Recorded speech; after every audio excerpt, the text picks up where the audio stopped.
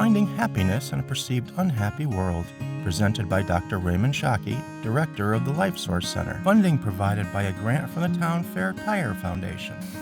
Today's topic is going to be finding happiness in a perceived unhappy world.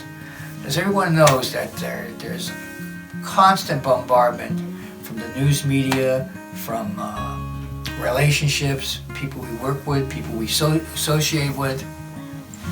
There's a lot of negativity out there, and people are affected by that all the time. And what we're going to talk about today is giving you a sense of strategies and ways of dealing with it so that can improve your sense of happiness.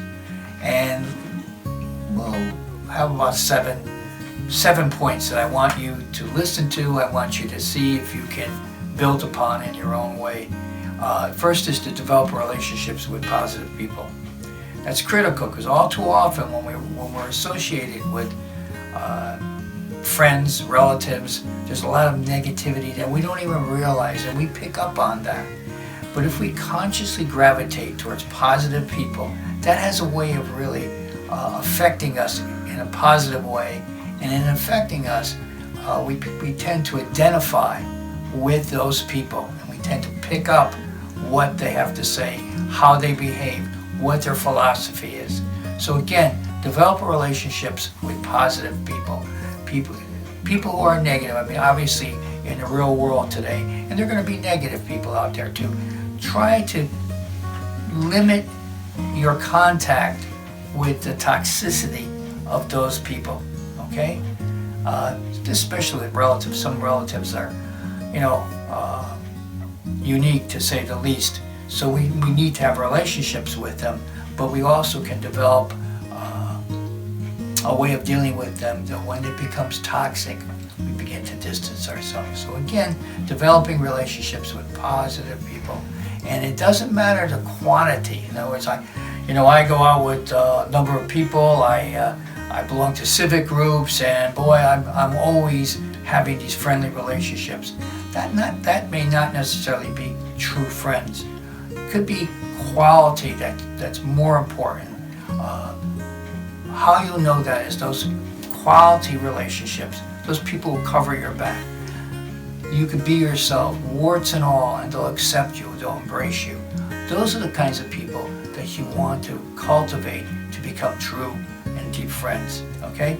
Another point you need to think about is to find purpose in your life. That's very difficult because so many times people say, well, I don't know what my purpose is. I don't know why I'm here. I don't know why am I on this earth. You need to think about that. You need to get in touch with why you're here. What can you contribute to the world? How can you make a difference? So when times are tough, you can go back to your purpose, your meaning.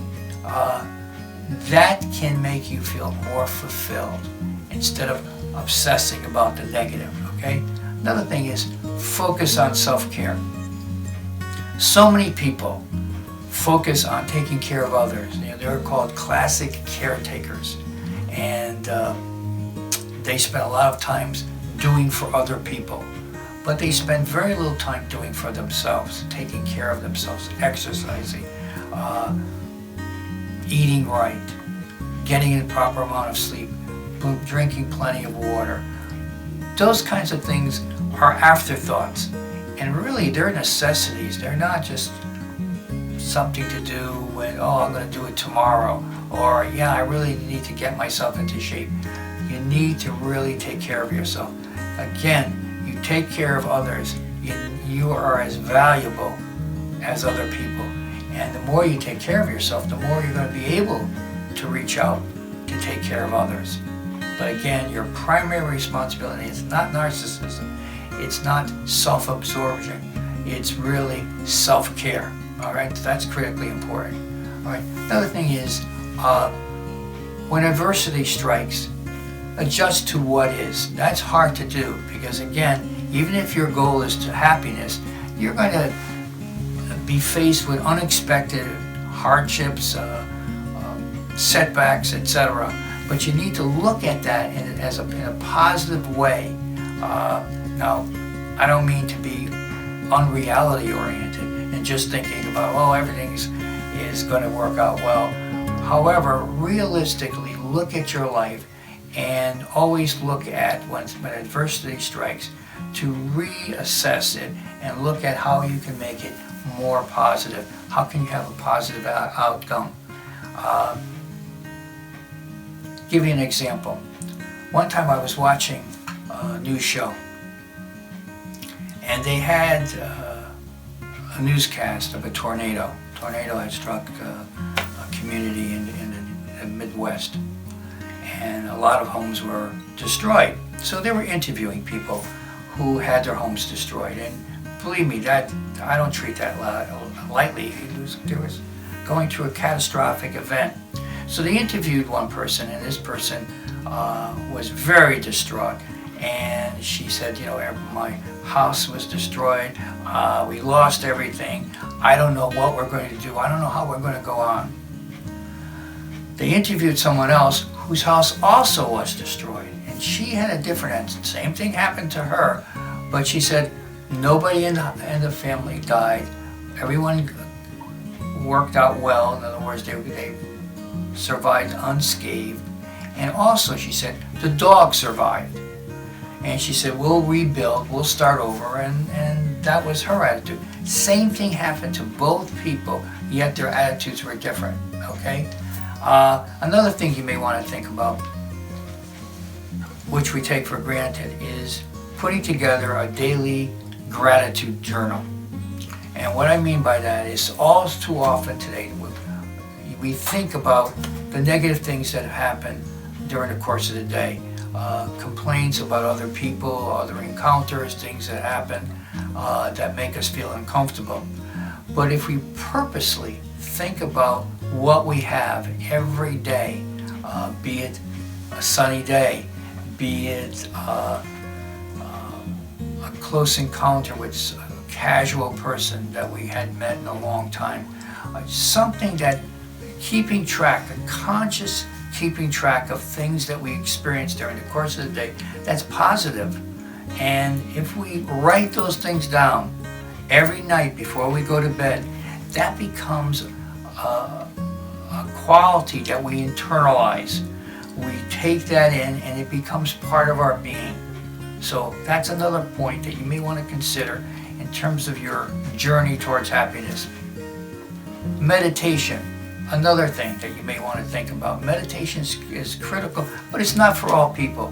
A lot of people complain about meditation because they get bombarded by outside thoughts. And that's going to happen to all of us if we meditate. Thoughts come in and then thoughts leave. So when thoughts come in, we don't dwell on them. We allow them to come in, and then we focus back on the deep breathing. And when we breathe, we should not think about breathing through our lungs, because that's shallow breathing, but breathing through our diaphragm. And our diaphragm is where our belt buckle is located, okay? So we need to think about that. Morning, for example, people wake up early in the morning and they try to go back to sleep. Don't even bother doing that. Go on a couch, sit down, and meditate for 20 minutes. Do that in the morning, and do that at night before you go to bed. At night before you go to bed, that will relax you, okay? Be aware of your tongue. Now you say, well, why be aware of my tongue? Because if your tongue is on the roof of your mouth, that means you're tense. It's an isometric exercise. If you're aware that your tongue is on the roof of your mouth and you relax your tongue, it'll have a tendency to relax your whole body. So be aware of that. The other thing is, the final thing I wanted to mention to you is to be aware of the present. So many times when we're interacting with other people, and you've heard this before, we're thinking about something else. Somehow what we have to say is more important than what the other person has to say. Slow that down. Be present in the morning, in the moment rather, not the morning, in the moment, and listen to what's being said. Pay attention to what's going on around you. Don't be bombarded by the past. When that happens, and it invariably will, just let it go and observe the present. Living more in the present really will help you calm down and be happier, okay? So there's a number of things we talked about, but all these things that I mentioned to you are not the end-all be-all. They really are. The purpose of it is to give you some food for thought, to begin to think of yourself and what you can do with your life in a different way, to go in a different direction. Because what happens now, you're going around circles and you end up in the same spot. What I'm trying to get you to do is to take small steps out of the circle and see what's out there, okay? So think about that, and good luck in your struggle, in your journey in finding happiness. Special thank you to the Town Fair Tire Foundation for making the production Finding Happiness in a Perceived Unhappy World possible. Presented by Dr. Raymond Shocki. Services can be obtained by contacting the LifeSource Center, lifesourcecenter@aol.com, lifesourcecenter.org. Video production including editing and voiceover by jscottvoices.com.